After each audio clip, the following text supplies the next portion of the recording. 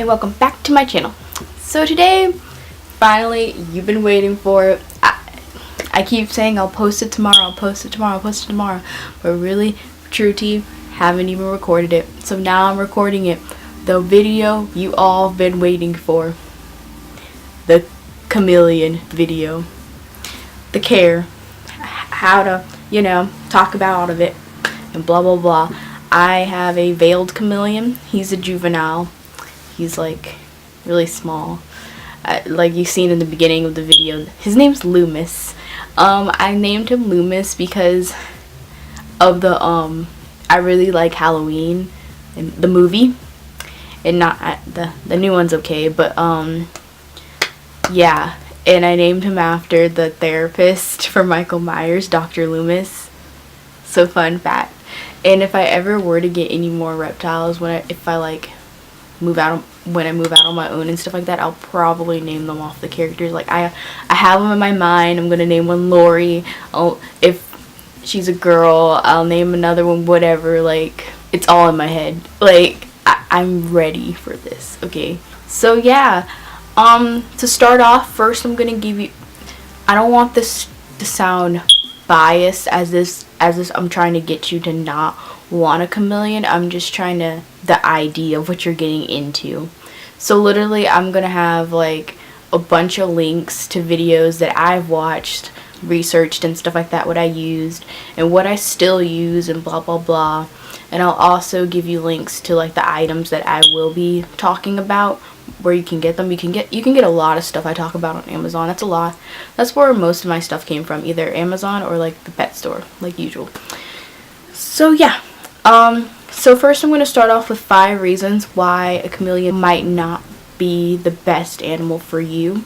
And it's storming. It just thundered. What a concept. So number 1, if you want a chameleon and you're thinking, oh my gosh, we're gonna be best friends, like freaking what's her name, Rapunzel, and what the chameleon off of Tangled, together forever, we're always here together, he's on my shoulder all the time, like I'm gonna hold him, I'm gonna kiss him, whatever. That's not reality. And like what you will find out if you do a lot of research is you'll find out that a lot of people who've had like chameleons and stuff like that, they'll tell you straight up that you cannot hold your chameleon, or it's just you won't hold them as much. And literally they're just really feisty and they have attitudes. They're like angsty teenagers, I'm not gonna lie. My chameleon in particular has never really like hissed or like bit me, but recently, actually this week, it's like it happened overnight. He's literally snapped at me. It could like happen overnight, I'm not gonna lie to you.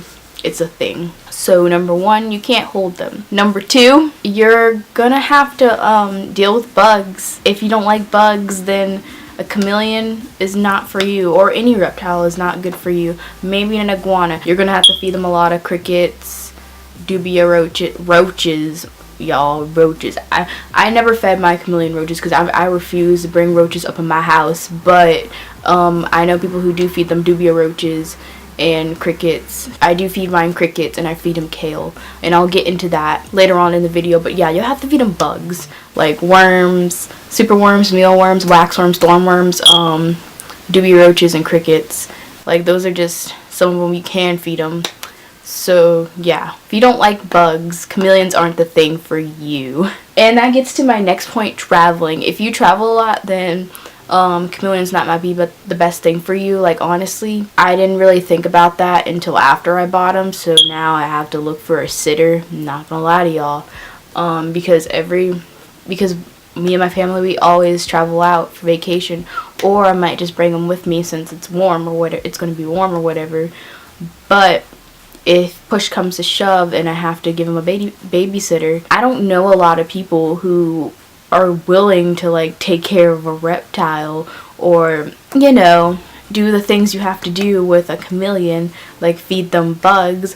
A lot of people don't like bugs. Heck, I don't like bugs, but I still feed them bugs because I know a way where I don't have to touch the bugs. But still, some people don't like the sight of bugs in particular. Some people don't like the sight of reptiles. My grandma, who lives with me, she's never seen my chameleon ever. Like, she doesn't want to see him because of the fact that he's a lizard. Like, that's just something you have to put in perspective. If you're traveling a lot, like in or out or whatever, then probably not the best pet for you. Size matters. So the cage size or whatever that you're going to need. But your chameleon, if it's male, is going to be up to, males are 18 inches and females are 14 inches. So yeah, that's pretty big. And with that being said, you're going to need a lot of space on it. I didn't think about this until after the fact I bought him. I found a place for the time being when I first bought him for my enclosure of what I have, but I'm going to have to go bigger. So I'm going to have to, 7 months later, when I have to get a bigger enclosure, I'm going to have to like re-innovate my room and like move everything around just so like the big enclosure will fit. And I'm going to tell you the size cage I'm going to need when he's an adult. I'm going to tell you that later on in the video, but it's pretty big. And some people go like huge. It's good, but it's like, the fifth reason why a chameleon that might be the best for you is the fact that they're really expensive. Upfront cost would be around $300, and that's including the enclosure, the chameleon itself, food, and you're going to need to put plants in there, and then you're going to need the heat lamp fixture, and you're also going to need a home for your crickets. By the way, you're going to have to take care of your crickets and dubia roaches and worms and stuff like that. You're going to have to feed your crickets, because you're going to have to feed your crickets and feed your dubia roaches or whatever you have to keep them alive, because I know for sure your chameleon's not going to eat anything dead.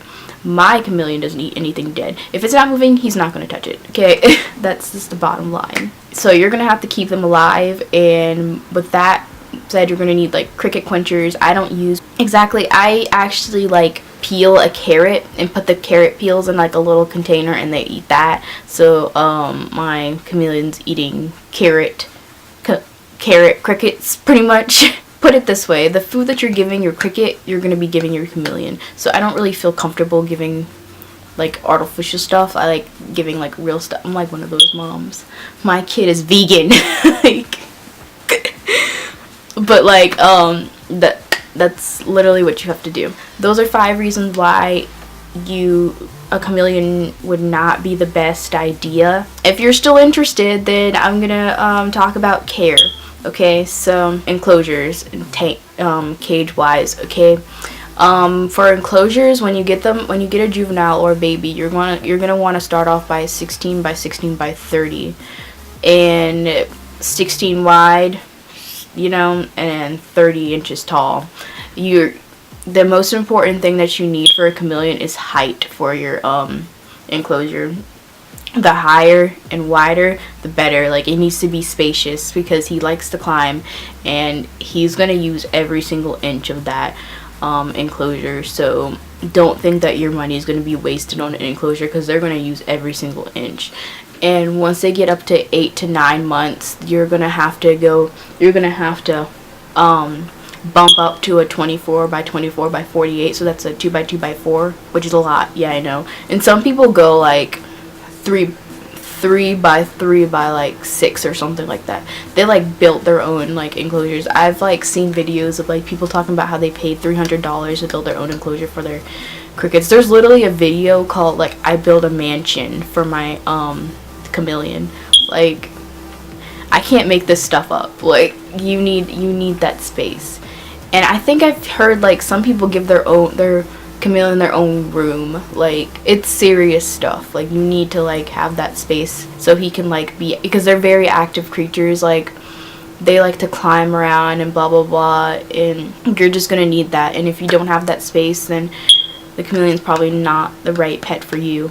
And I don't know about like other species of chameleons, but I have a veiled personally. It's recommended that you fill their enclosures with fake plants, but I have a story with this because it just happened like a couple days ago. But Z recommends real plants, because chameleons like to attack their plants, and they like to eat they'll eat their plants. Like, I remember I was like sitting on my bed, and I look to my right, and I see like I see Loomis like bite down on like a fake plant and he swallows the plastic and all. He's fine. He passed it, but yeah, it's pretty serious stuff. And if he happens to not pass it, then he's gonna get impacted and you're gonna have to take him to the vet. And I don't know if you guys know how much a vet bill is for chameleons, but that's gonna be probably around $1,000. That's a lot of money. And I know, like, around here where I live in Virginia, and there aren't a lot of vets that will even like look at a chameleon. I mean a reptile in general. I know I'll have to, like, there's only 2 places I know of, but you could always ask like your local like pet store. Do you know any places that, you know, specializes in reptiles and all that stuff? But yeah, it won't be very good if he's impacted. And you'll know if he's impacted because his legs will get his back legs will be paralyzed. And that's the big one that I know. The big one I know is that his back legs will get paralyzed, and that's how you know he's impacted. It's not pretty. You'll have to mist that enclosure 4 times a day because chameleons don't drink stagnant water. They don't drink water that stands still. They have to have like running water, like the water has to run off the leaves when you spray it. So I get like a little pump that like you have to pump it and then you go shh. Or you can pay $100 for an automatic mister, which I don't have an automatic mister. I just use a dripper and I mist it too. And you also need to keep the humidity up. I forgot to mention that when you get a enclosure, the enclosure has to be an all screen enclosure, because if you were to get a glass enclosure, your chameleon will get upper respiratory infection from that because they're so fragile with the air. So there needs to be constant airflow. The ones with the screens on the sides, that's not enough. It needs to be all screens, like everything need to be a screen, honey. Oh yeah, if you forget, like if you're prone to forgetting stuff, just what I do is I set an alarm to like spray it 4 times a day.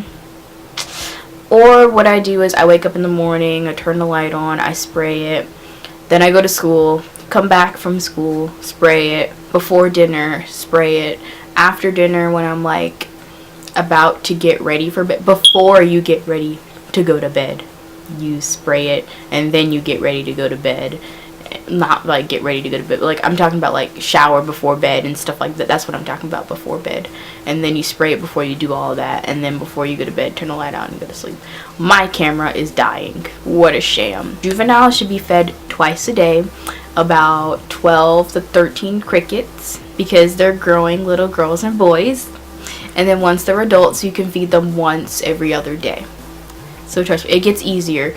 And crickets are relatively cheap. Dubia roaches, however, are like, I think they're like $1 something each where I go to. Which, like I said, I'm not paying for roaches. I'm not gonna have roaches in my house. I don't know, it's just a thought of it. Just no. That's one thing, we're not gonna cross boundaries. So what I do is plus he's very picky as well. That's a thing too. So it's just been crickets and kale. I feed him kale. You have to feed him greens as well. Kale, mustard greens, romaine lettuce. Those are good greens that you can feed him. Plus, if you ever get like if you get real plants, Vica plants, I think Vicuses are good too. So in case if you get real plants, they have to be like safe for him to eat, just in case he does eat it, because you know apparently they like to attack the plants because they're so self-destructive. But yeah, you're gonna need like a heat lamp on top. You're gonna need a UVB bulb and a heat bulb. My heat bulb is at 100 watts right now, and my UVB bulb is 5.0, which I'm planning to go higher. And that's another thing. Okay, UVB bulbs are expensive. They're like around $22. And listen, I've been through 2 so far, and they're supposed to last 6 months to a year. But listen, I've had like a UVB bulb. It was brand new, and I put it in, and it lasted a week. I don't know if it was a bad bulb or not, but like, yeah. So that happened. So you have to be prepared for those special occasions where something happens and you have to pay for something expensive as well. So yeah, when I feed my crickets, I do have like a little like bug catcher type thing, which literally when I look at it all the time, I think of like when I was a kid and I like caught bugs. Yeah, caterpillars. So yeah, I'm not really, they don't gross me out too much because I used to be into that stuff, but they still gross me out when I think about it, when I dwell on it. But what I do is there's like 2 things sticking out, and like I said, I'm linking all the stuff that I've talked about in the bio below, in the description below. But like you can pull out one of the sticks and then you get a bag, because usually when you go to the pet store, they're gonna have like a bag that the crickets in. I use that. I put you're gonna need calcium powder, by the way, because they need their calcium. I use calcium powder and vitamin D3 powder. So, but I only use vitamin D3 powder once a week. So yeah, you're gonna dust them with that, and then you can just pour it in a container tall enough so like the crickets won't jump out, and it's a really small container. It's not that big. But yeah, like I said, I'm going to be like putting the videos that I've looked at in the description below in case I missed something, because I use those too. Honestly, like there shouldn't be any, if you really want a chameleon, there shouldn't be any reason why you should be mistreating it, because there's a lot of things that you can look up. There's a lot of research you can look up, because they say they're very advanced animals, but I would probably put them at intermediate because of I would put them in the middle, okay? They're hard, but not too hard, because we got other reptiles out here like iguanas. Iguanas are the worst animal you could ever get, or savanna monitors. They're really cute, but they're a lot as well. And maybe Chinese water dragons. Like compared to those, like your chameleon is probably the easiest. If a battle between chameleons or the savanna monitors and like iguanas and stuff like that, you'd probably pick the chameleon because it's so much easier compared to them, especially in expenses too. Like chameleons would be cheap compared to what I mentioned. Do I regret buying a chameleon? Yes and no. Yes, because at first I thought I knew what I was getting into and stuff like that, but it turns out I didn't. Yes, I'm in one of those categories where, yes, I'm gonna admit I did buy the chameleon out of impulse. I didn't think about it way too much, but I don't. Regrets are a waste of time, and I do love my chameleon. I treat him as if he's my baby, so not too much. And I only regret it as of like money wise, but it also is teaching me how to like save money as well. So it's like a pro and a con to everything I'm mentioning right now. So it's not that big of a deal. I love Loomis with all my heart, and I try to take the bestest care with him. Sometimes I feel like I'm not doing enough when I'm like doing too much. I'm like one of those moms. But overall no, but in some aspects, yes. Like, for example, some crickets get loose. I'm not gonna lie. Like, that's another thing. Your crickets can get loose out of there. And I remember, like, there was a cricket that was in my parents' room. My dad was like, "Why is there a cricket in here?" And I'm like, "It's not mine. It's not mine." But it was one of my crickets, because it like you can tell which one's like a wild cricket versus like a cricket you get at like a pet store. So yeah. But the ones I have right now are small, so they don't make noise. But imagine you get the bigger ones and they're making that noise in your room all the time. That's another thing that you have to like keep in mind. This is more like a informative video. It's not to bash chameleons at all. It's to like inform you that, hey, they're not peaches and rainbows and Tangled and Rapunzel and stuff like that. They're very much so. You have to respect a chameleon before you get a chameleon. That's all I can think of right now.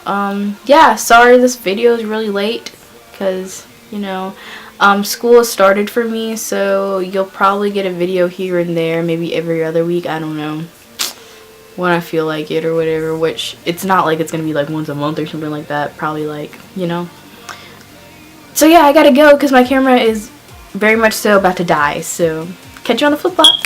Bye.